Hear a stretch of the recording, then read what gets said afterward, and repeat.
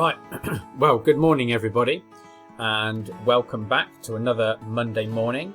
So good morning to reception, good morning to year 1, morning to year 2, morning to year 3, morning to year 4, morning to year 5, morning to year 6. Whether you are at home today or whether you are with us in school, I hope that everybody is well and wish you all the best for a lovely, lovely week. So welcome to this week's assembly. Now, as usual, lots and lots of lovely things to celebrate. Here we've got Violet doing a whole piece of work all about Italy, including the flag, the food, and what looks like a terrific piece of writing, which is just absolutely stunning. So well done.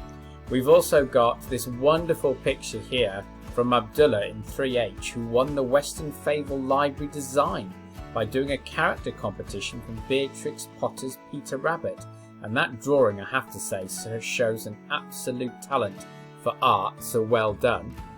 And also, we've also got down here, for the children that have been in school last week, they've been making the rainbows as thank you to all the key workers and the NHS staff and all those people that are helping try to get everything back to normal again and are still working hard while the rest of people are trying to stay at home and stay safe. And they made these in school last week out of clay, and there's an absolutely brilliant example there to celebrate the wonderful artwork that has been done, but also to say a big thank you to all those important people who are helping out there right now. And as well as those, we've also got some really lovely thoughtful moments this week. We've had Mate's mum, who sent in some lovely cheesecake. Mrs Bates and Mrs Shipley enjoyed it very much, as you can see from their tweet that they put out. We've also had the school staff putting a song together, and if you haven't had a chance to see that, then you could pop along to Standings Barn TV. It's also on the Twitter website as well for the school, and you could see us all there singing a song and wishing Mrs Markey all the best, because she hasn't been feeling very well and she's on the road to recovery, so we thought we would have a go at putting something together for her. And then finally down here we've got Sean, who yet again has been putting together his programs and putting them up on Twitter, this week focusing on how to make cookies and putting together his own little bake-off episode. Who knows, maybe that's where he will end up one day, but it's a fantastic little video clip showing you how to make cookies. So if you haven't had a chance to pop along and have a look, I would really say to you, go ahead and do so, because he takes you through the whole thing, and hopefully you'll have some fantastic food at the end of it. So as usual, it's been brilliant to see the number of things that you've been up to, and again just how varied it is, because all the things are not the same. They're all very, very, very different.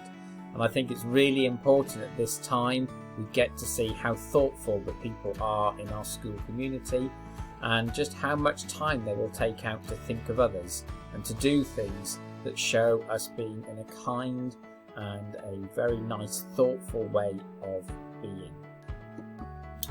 Now that leads into this, which I think is absolutely super.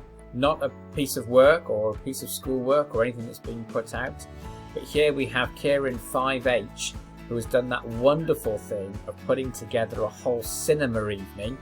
In other words, she put the food together, she put up a little poster, she set the room up, you can see it's all there, and then did that for the whole family to sit down and watch a film together. And again, I think this is what this is all about. This is about bringing out the best in us. This is bringing out our thoughtful sides, our caring sides, the kind sides of us, so that we can absolutely share in doing the best things and the right things, and showing everybody just how thoughtful we can be. And this week I had this happen at home. Being back in school this week with the reception and the year 1 children starting, I got home to find that my son had put together a whole little shadow puppet theatre story, all based on Warhorse by Michael Morpurgo. I did get home to think that actually what he might have done was just cut out a few things and then just basically retold the story. But actually what he'd done is he'd taken music and recorded his voice, he put the whole thing together and turned it into a piece of theatre so that we could sit down and watch it all together. And these things are really important. This time of being able to show that kind of kindness, when maybe in the rest of the world there are things happening that don't show us that don't show us the thoughtful side of people or how kind we can be. And it's really important to remember that actually those things are going on. And next to it, there are things that are happening that show just how wonderful people can be, how wonderfully kind, how wonderfully thoughtful, how much we can take our time out to think of others, even when some people are not doing it. And there's a lovely poem that goes along with this. It's called Have You Earned Your Tomorrow? It goes like this. Is anybody happier because you passed his way? Does anyone remember that you spoke to him today? This day is almost over, and its toiling time is through. Is there anyone to utter now a kindly word of you? Did you give a cheerful greeting to the friend who came along, or a churlish sort of howdy, and then vanish in the throng? Were you selfish, pure and simple, as you rushed along the way? Or is someone mighty grateful for a deed you did today? Can you say tonight, in parting with the day that's slipping fast, that you helped a single brother of the many that you passed? Is a single heart rejoicing over what you did or said? Does a man whose hopes were fading now with courage look ahead? Did you waste the day or lose it? Was it well or sorely spent? Did you leave a trail of kindness or a scar of discontent? As you close your eyes in slumber, do you think that God would say, you've earned one more tomorrow by the work you did today? Now, this poem by Edgar Guest is talking about the fact that actually we make a difference. The things that we do, the actions we take. We can choose to be selfish, or we can choose to be thoughtful. We can choose to be horrible, or we can choose to be kind. We can choose to rush and not stop and not talk, or we can choose to give our time. And I wonder whether this week or for last week, what you will spend your time doing. Have you used your time effectively? Did you use it, as it says in here, to leave a trail of kindness? Or did your behaviour leave a scar of discontent, where people are unhappy and not impressed by the way that you have behaved? Now, we've seen, before we got to this point, all those children before who've done some fantastic things and really have left a trail of kindness. And I think that's what we need to be aspiring to. What can we do to make sure that we leave a trail of kindness behind us? Now, words and poems and stories are a fantastic way to explore things like this, to explore how we should be as people, how we want to be, how we wish to behave. And it's in poems like this and stories that we find all these ideas. And what I want to say is that not just the message of that poem, but remembering to read about things and find out about things will be very, very important during this time. Never let your reading get missed. Never let your reading suddenly slow down. In fact, keep reading. The more you can read, the better it will be. Now, J.K. Rowling has put out completely for free a story that she wrote called the Ichabob. And what she's done is to say, look, I really want to keep people reading during this time of lockdown. And you can go along to her website and you will find the whole story there completely for free. And it's here. It's in the Ichabob, as you can see up here. and you can read the story. I think now it's on chapter 18, but you can go back and you can find it from the beginning, and you'll see what she does to try and get us into it. Chapter 1 is called King Fred the Fearless. Once upon a time, there was a tiny country called Cornucopia, which had been ruled for centuries by a long line of fair-haired kings. The king at the time of which I write was called King Fred the Fearless. He'd announced the fearless bit himself. On the morning of his coronation, partly because it sounded nice with Fred, but also because he'd once managed to catch and kill a wasp all by himself, if you didn't count 5 footmen and the boot boy. King Fred the Fearless came to the throne on a huge wave of popularity. He had lovely yellow curls, fine sweeping moustaches, and looked magnificent in the tight breeches, velvet doublets, and ruffled shirts that rich men wore at the time. Fred was said to be generous, smiled and waved whenever anyone caught sight of him, and looked awfully handsome in the portraits that were distributed throughout the kingdom to be hung in town halls. The people of Cornucopia were most happy with their new king, and many thought he'd end up being even better at the job than his father, Richard the Righteous, whose teeth, though nobody had liked to mention at the time, were rather crooked. Now that's the opening to this story, and if you want to carry on reading it, you can. Just go along to the Ichabob website and you will find it on there that J.K. Rowling has put together a whole story. You can just log in, it's completely free, you don't have to do anything, it's just there for you, and you can lose yourself in the wonder that is this new story that she's written. And it started out as a bedtime story. You listen to what she said about it. It started out as a book she wrote for her own children as a bedtime read, and then it got put away for a while she went off to write some other books, and then she came back to it recently and has now put it up online. So worth a look, definitely worth a look. For some of you, you'll be able to read this very much on your own, and for some of you, you might need an adult to read it to you. And of course, there is nothing better than having someone read you a story. So go and find that, because it really is worth it. Now, it's not the only website that's got some free stories. This website, which is called Stories for Kids, freechildrenstories.com, well, they've got loads of stories on here. You can look at them by age over here. You can look at them by category, so rhyming stories, non-rhyming, stories for kids in Spanish, stories for kids in Arabic. There's a whole range of them. They're always free. You don't need to sign up, and there's no download.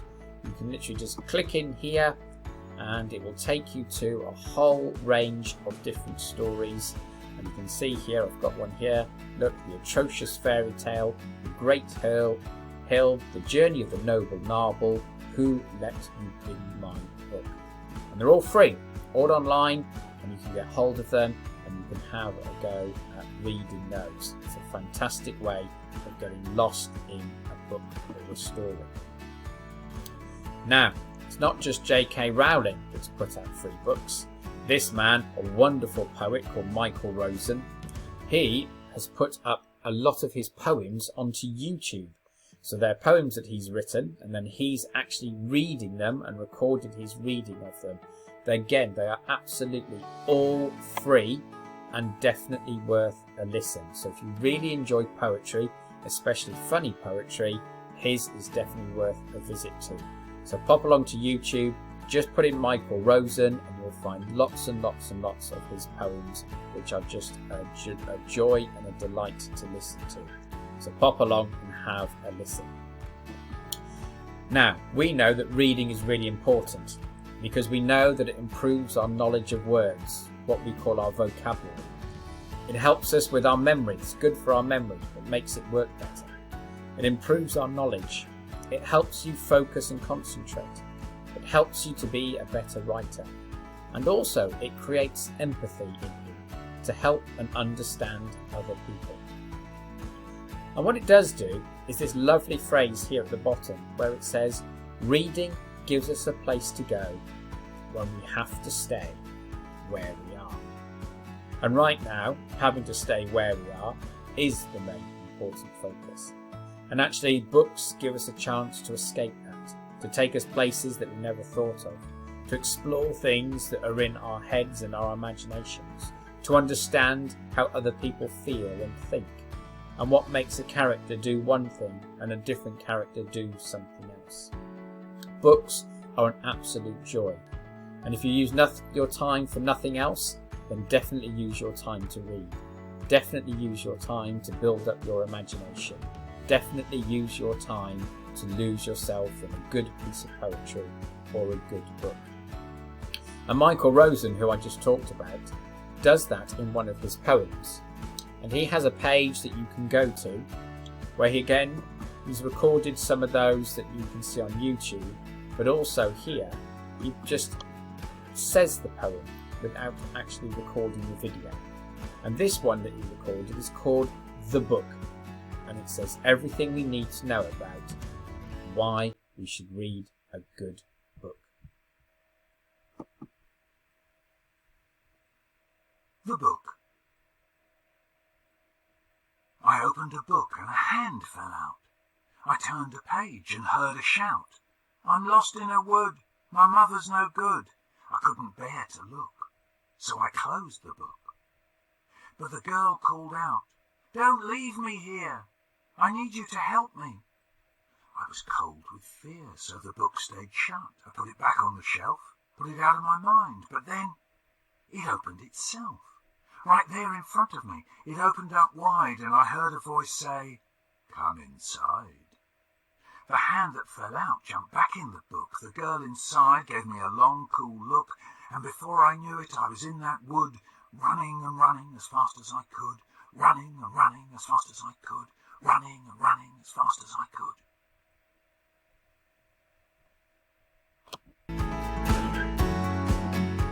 So it's a lovely, lovely poem there about, of course, the excitement of losing yourself in a book, going on an adventure, going to places you never thought of, whether it's pirates, whether it's space, whether it's Hogwarts, whether it's an animal story, whether it's about somebody helping somebody, whether it's about somebody being not very nice to somebody else. Books have that ability to take us to different places.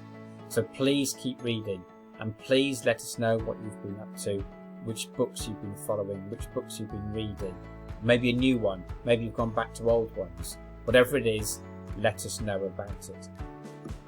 Now, as we head in towards the summer eventually, the libraries of Northamptonshire are back again with a summer reading challenge. This year it's called Meet the Silly Squad. There'll be no going to the library, there'll be no taking the book out for real. It'll all be done online this year. And I will send a message out to your parents to remind them how you can get involved. But make sure now that you're starting to nag them and say to them, I want to be part of the summer reading challenge. I want to meet the Silly Squad. It's all about funny books this year, about happiness and having a laugh. The Silly Squad is a team of animal friends who love to go on adventures and get stuck into all different kinds of funny books. This year you just need to go online and register for it, and I'll make sure that your parents get the information they need so that you can take part. There's no competition this year. There'll be no which school had the most children complete the challenge, but that doesn't mean it's all about the competition. This year it's all about the books. This year it's all about the reading. So make sure you go along, sign up and get involved in the summer reading challenge. Now, to finish with, we could say that if we're doing all these things, that really this would be a best week, because we could be brave in having a go at doing something new. We could be enthusiastic in our motivation for reading. We could be safe by making sure that we are following all the things we need to do to stay safe at the moment. But actually, what I want us to really think about are all those little things we do. How do we make a difference to other people, just like it said in that poem? How do we choose our behaviours that make other people feel better, where we're kind and we're thoughtful? So this week you could be brave and enthusiastic and safe. But this week I'd like the best certificates to really focus on thoughtful. Those actions that we do and undertake to make a difference to other people. Where we are choosing to do the right thing rather than choosing to do the wrong thing. So with that thought, I will leave you for this week. Hopefully on Friday you'll be able to celebrate all the thoughtful things that you've done and all the wonderful things that you've been learning, and maybe even some of the books that you've been reading. So take care everybody, have a wonderful week, and I will see you again next week. Bye for now.